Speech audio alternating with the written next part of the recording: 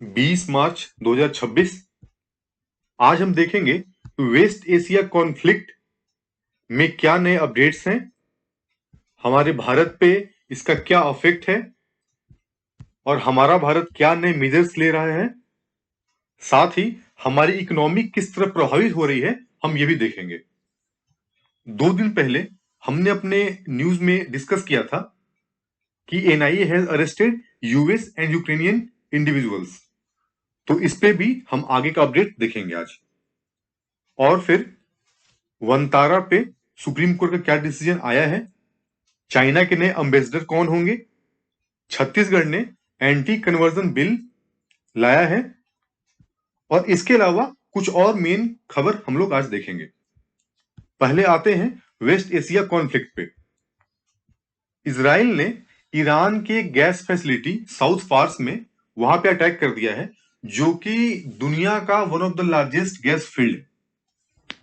Iran ने retaliate करते हुए यूएस के लिंक्ड रिफाइनरीज और फैसिलिटी कतार में, यूएई और सऊदी अरेबिया में उस पर अटैक किया था, जिसके बारे में कल भी हमने चर्चा किया था। अभी जब एनर्जी इंफ्रास्ट्रक्चर पे अटैक्स बढ़ रहे हैं, तो फिर ट्रंप का स्टेटमेंट आया है कि इजराइल ये अब दोबारा नहीं करेगा। मतलब कि इजराइल अब एनर्जी इंफ्रास्ट्रक्चर पे दोबारा हिट नहीं करेगा। ईरान ने भी वार्निंग दी है कि अगर फिर से इनके एनर्जी इंफ्रास्ट्रक्चर पे हिट हुआ तो ये और भी एग्रेसिवली रिस्पॉन्ड करेंगे और नेबरिंग कंट्रीज में जो भी इंफ्रास्ट्रक्चर है, रिफाइनरीज हैं जो कि यूएस से लिंक्ड हैं, उनको ये हिट करेगा। और इधर इतना मेजर कॉन्फ्लिक्ट के बीच यूएस ने गल्फ स्टेट्स के लिए $16 बिलियन की आर्म सेल्स को अप्रूव किया है। मतलब कि लड़ाई स्टार्ट करवाया यूएस ने, फिर सारे गल्फ कंट्रीज अब आपस में लड़ रहे हैं और इस बीच यूएस जो है वो आर्म्स सप्लाई कर रहा है गल्फ स्टेट्स को। चलिए खैर, अब हम आगे देखते हैं कि इंडिया पे इससे क्या इफेक्ट आ रहा है और इंडिया क्या स्टेप्स ले रहा है। हमारे देश की तरफ से प्रधानमंत्री ने बोला है कि attack on energy infrastructure is deeply disturbing. अभी इसके लिए इंडिया काफी देशों से बातचीत कर रहा है और साथ में मिल करके ये इस टेंशन को रिड्यूस करने की कोशिश कर रहे हैं। इधर भारत की लगभग 22 इंडियन बाउंड वेसल्स वहां पे स्ट्रेट ऑफ हॉर्मुज और उस एरिया में फंसे हुए हैं।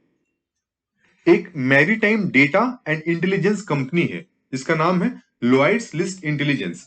तो इसने ये बताया है कि इंडिया ईरान से बात कर रहा है for safe evacuation of India bound vessels. अभी क्या है कि जो वेस्ट एशिया कॉन्फ्लिक्ट चल रहा है उसके कारण से एक्सपोर्टर्स को काफी ज्यादा नुकसान सहना पड़ा है। तो इसके लिए गवर्नमेंट ने एक स्कीम लॉन्च की है, रिलीफ, RELIEF, मतलब resilience and logistics intervention for export facilitation. इसमें 497 करोड़ का एड दिया गया है और ये बेनिफिट है जैसे कि insurance premiums at pre disruption rates. मतलब कि ऑब्वियस है कि वार के बाद इंश्योरेंस प्रीमियम्स तो बढ़ेंगे ही बढ़ेंगे, तो एक्सपोर्टर्स को वार के पहले जो प्रीमियम के रेट्स थे उस पे वो उनको देना है। इसके बाद अगले 3 महीने में जो एक्सपोर्ट करने वाले हैं उनके लिए इसमें कुछ प्रोविजन है। साथ ही MSME सेक्टर के लिए भी कुछ फंड अलॉटेड है फॉर एक्सपोर्ट पर्पस, जिससे कि उनको हेल्प आएगा। हमने 15 मार्च को फर्टिलाइजर शॉर्टेज के बारे में न्यूज कवर किया था। अभी क्या है कि समर आने वाला है और इस प्लांटिंग सीजन में फर्टिलाइजर के इंपोर्ट्स पे भी अफेक्ट पड़ा है। तो भारत रसिया और कुछ और देशों से बात कर रहा है रिगार्डिंग फर्टिलाइजर इंपोर्ट्स। जैसे कि हमारे देश में एग्रीकल्चर बैकबोन है और उसके लिए यूरिया और DAP का इंपोर्ट्स करना पड़ता है। मिडिल ईस्ट से हम आधे से ज्यादा DAP और यूरिया का जो इंपोर्ट करते हैं वो मिडिल ईस्ट से ही होता है, और अभी इस कॉन्फ्लिक्ट के कारण उसमें काफी इफेक्ट आया है, इसीलिए हम कुछ और अपॉर्चुनिटीज देख रहे हैं। और जो एनर्जी इंफ्रास्ट्रक्चर पे जो हिट हुआ है ईरान में, उसके कारण स्टॉक मार्केट 3% से ज्यादा भी गिर चुका है, क्योंकि ऑयल का दाम अभी जो है $114 एक बैरल का हो चुका है, और ये ड्रॉप लार्जेस्ट है सिंस जून 2024। उस टाइम ऐसा न्यूज आया था कि बीजेपी फुल मेजोरिटी में नहीं आएगी, तो उस टाइम भी मार्केट इससे ज्यादा भी गिर गया था। उसके बाद से ये अभी का समय है, लगभग 2 साल होने वाला है जो कि मार्केट इतना ज्यादा क्रैश हुआ है।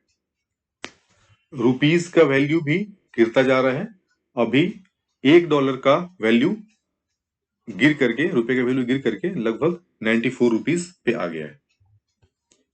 इस वार के पहले 24 फरवरी को हमने गल्फ कोऑपरेशन काउंसिल के साथ फ्री ट्रेड एग्रीमेंट लॉन्च किया था, लेकिन उसके तुरंत बाद वार स्टार्ट हो गया है।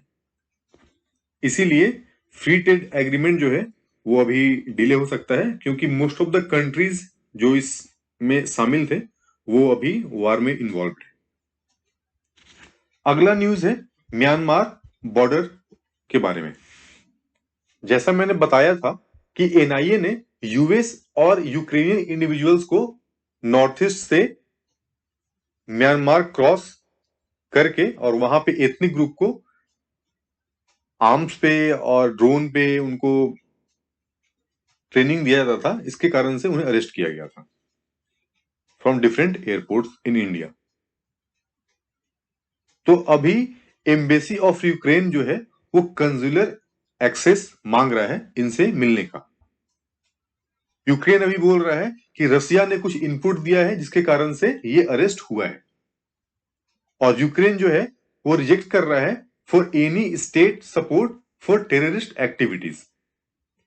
नॉर्थ ईस्ट में कुछ एरियाज ऐसे हैं जो कि रिस्ट्रिक्टेड हैं, और वहां पे जाने के लिए आपको प्रॉपर परमिशन लेना पड़ता है, तो उसी एरियाज में इनका इन्वॉल्वमेंट देखा गया था, जिनके कारण से इनको अरेस्ट किया गया है।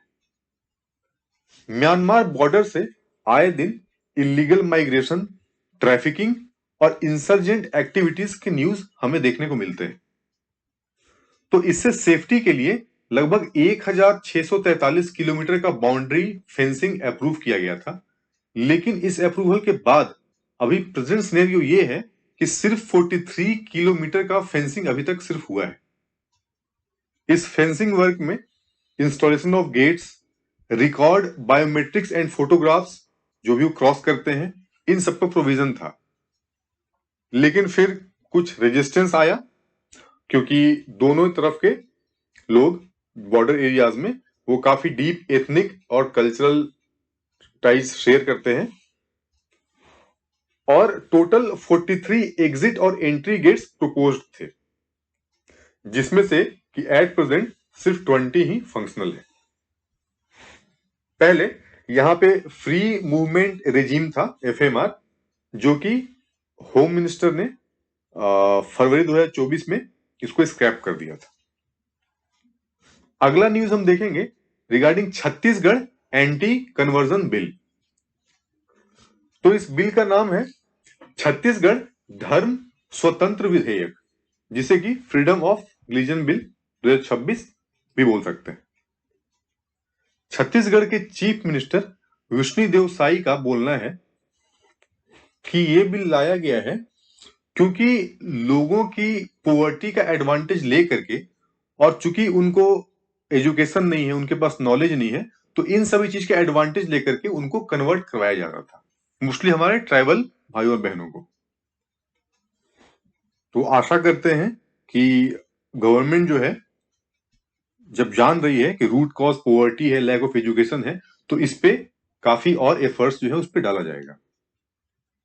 खैर, प्रोपोज जो ये है विधेयक है, इसमें ये भी बोला गया है कि जो भी प्रोपोज्ड रिलीजियस कन्वर्जन होगा उसको ऑफिशियली वेबसाइट पे उसका डिटेल्स जो है पब्लिश करना पड़ेगा, और इस लॉ के अंदर जो भी केसेस रजिस्टर्ड होंगे उनके लिए एक स्पेशल कोर्ट्स का सेटअप भी किया जा रहा है। इसमें मास कन्वर्जन को डिफाइन किया गया है, जैसे 2 और उससे अधिक अगर कन्वर्जन होता है तो उसको मास कन्वर्जन बोला गया है। साथ ही जो भी कन्वर्ट होना चाह रहे हैं उनको एक डिक्लेरेशन सबमिट करना पड़ेगा डीएम ऑफिस में, और रिलीजियस फंक्शनरीज जो कि कन्वर्जन करवा रहे हैं उनको भी एक प्रायर इंटीमेशन यहां पे देना पड़ेगा।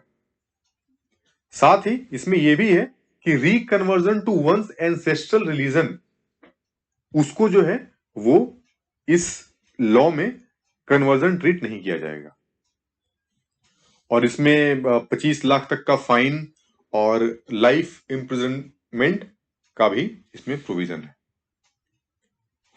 इधर वनतारा जू पे पिटीशन फाइल किया गया था उसके अगेंस्ट पे रिगार्डिंग वायलेशन ऑफ CITES, मतलब convention on international trade in endangered species, जिसपे कि सुप्रीम कोर्ट ने इन्हें क्लीन चिट दे दिया है। और विक्रम के डोराय स्वामी, उनको अम्बेसडर टू चाइना अभी नामित किया गया है।